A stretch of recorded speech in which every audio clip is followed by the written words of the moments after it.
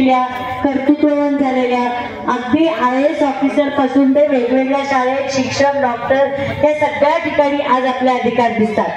कुठल्याही तुम्ही सरकारी ऑफिस मध्ये गेलात तर जय भीम घातलं की 10 तरी तुम्हाला जय भीम ऐकू येतं, वरच्या अधिकाऱ्यापासून खालपर्यंत. येतं का नाही येत? म्हणजे आपण शासन करती जमात झालो. आता बाळासाहेब त्याच्या पुढचं स्वप्न दाखवतात. बाळासाहेब स्वप्न दाखवतात ते राज्यकर्ती जमात होण्याचं.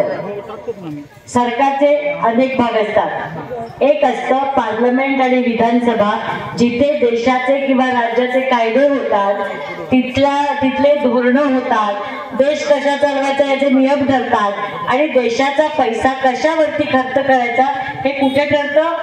देशाकरता पार्लमेंटमध्ये, राज्याकरता विधानसभेमध्ये आणि नांदेड शहराकरता महानगरपालिकेमध्ये.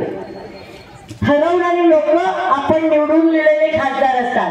हे ठरवणारी लोक आपण निवडून दिलेले आमदार असतात किंवा नगरसेवक असतात. ते जे ठरवतात त्याच्यावरती सरकारी लोकांना अंमलबजावणी करावी लागते. आता बाबासाहेबांनी सांगितलं होतं शासन करती जमात व्हा. आपण उत्तम प्रशासन करायला शिकलो. आता पुढे जाऊन आपल्याला राज्य चालवायचं आहे आणि राज्य चालवण्यासाठी प्रशांतसारखा आवाज विधानसभेत जाण्याची गरज आहे. पाठवणार का? नक्की. आज नांदेड मध्ये जवळजवळ 76,000 बौद्ध आहेत. ते सगळेच्या सगळे काय मतदानाला जाते. आपण उदासीन असतो, गावाला जातो, घरात लग्न असतं, कोणतरी आजारी असतं, कोणतरी विसरतं, काही वेळा वस्तीमध्ये पाणी येतं आणि आपण अख्खा वेळ पाणी भरण्यामध्ये आपलं जातो. 60,000 लोक जर मतदानाला गेली आणि त्या 60,000 लोकांनी प्रशांतला मत दिलं तर नांदेड उत्तरचा आमदार कोण होईल? नक्की. पण हे होत नाही ना. का नाही होत? समजून घ्या का नाही होत. हे जसं गणित तुम्हाला मी सांगितलं तसं काँग्रेस, राष्ट्रवादी काँग्रेस, शिवसेना, भाजप हे काय खुळी माणसं नाही आहेत. त्यांना अनेक निवडणुकांचा अनुभव आहे.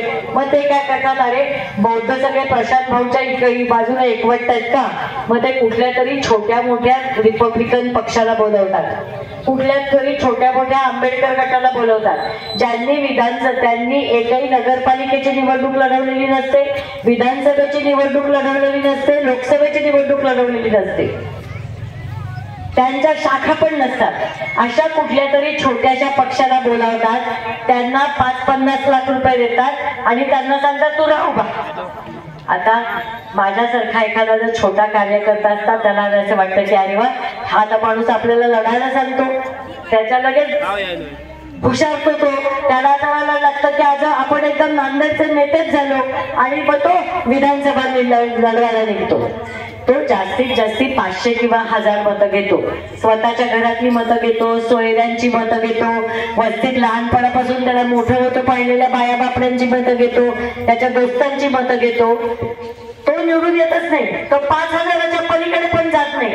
पण ती 5,000 मतं त्यांनी खराब केल्यामुळे आपल्याला 60,000 मिळण्याची शक्यता असताना आपण येऊन ठेवतो 55,000वरती.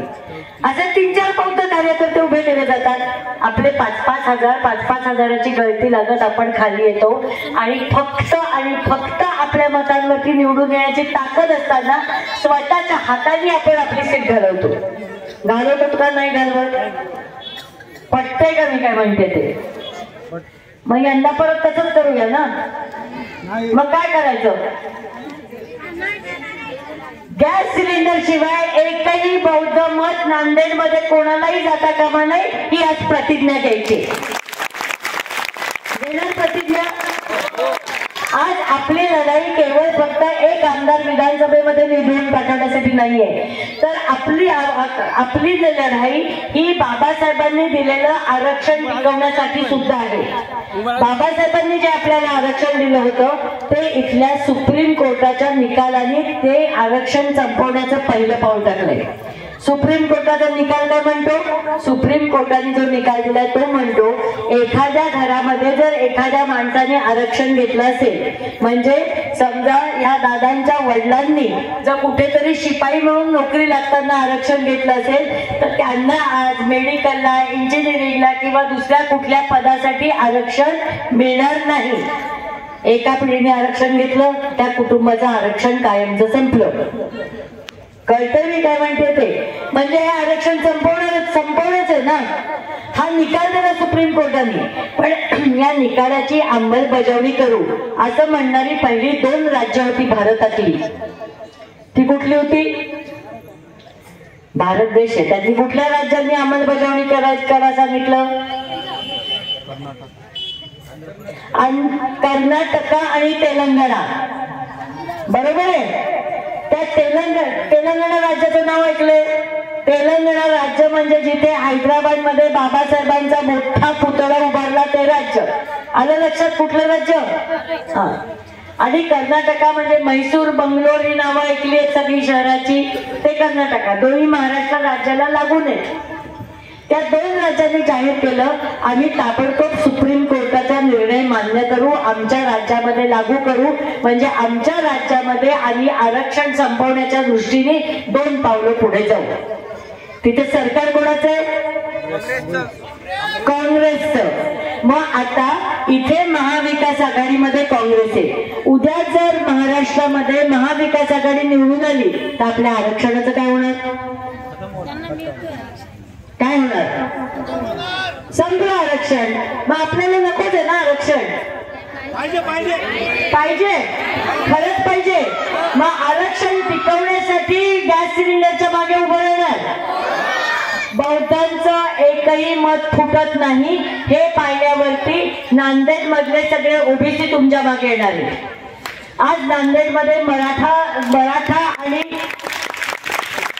आणि ओबीसी भांडण पेटलंय. आज ओबीसींना आपल्याशिवाय पर्याय नाहीये.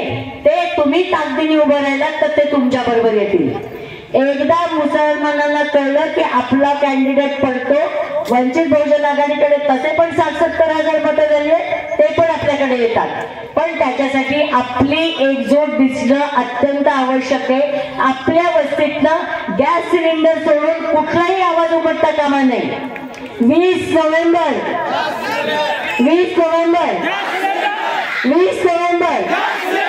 जय भीम, जय भारत. एक तुम्हाला सगळ्यांना विनंती करायची. तुम्हाला सगळ्यांना माहिती आहे की बाळासाहेबांचं आत्ताच मागच्या आठवड्यामध्ये अँजिओप्लास्टी झाली, एक छोटस ऑपरेशन झालं हृदयाचं. त्यांना प्रवासावरती खूप बंधनं आलेली आहे. तुमच्यापैकी जे जुने आहेत, जाणते आहेत, जे भारिपपासून सोबत आहेत, त्यांना माहिती आहे की बाळासाहेब न थकता सकाळी 8 पासून रात्री 11-12 पर्यंत दौरे करतात. आता त्यांच्यावर बंधनं आल्यामुळे त्यांना एका जिल्ह्यामध्ये एकच सभा घेतलीये. नांदेड मधल्या सगळ्या विधानसभा मतदारसंघांची उद्या एक सभा नवा मोठा मैदानावरती होणार आहे. कुठलं मैदान? नवा मोठा मैदान. जर उद्या आपण पॅक केलं तर त्याचे पडसाद हे फक्त नांदेड मध्ये नाही तर अख्ख्या मराठवाड्यामध्ये ते चित्र पलटवून टाकणार होणार आहे. परवा संध्याकाळी 5 वाजता प्रचार संपतो. म्हणजे संध्याकाळची सभा ही फक्त उद्या शेवटची सभा असणार आहे. ती नांदेडमध्ये होणार आहे आणि नांदेडमधनं अख्ख्या महाराष्ट्रामध्ये आपण हवा वंचितच्या बाजूने फिरवू शकतो. ते उद्या करायचंय.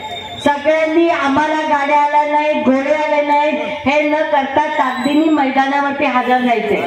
कारण संध्याकाळी 5 वाजता सभा आहे. सगळ्यांनी पोचायचंय. जय भीम, जय भारत.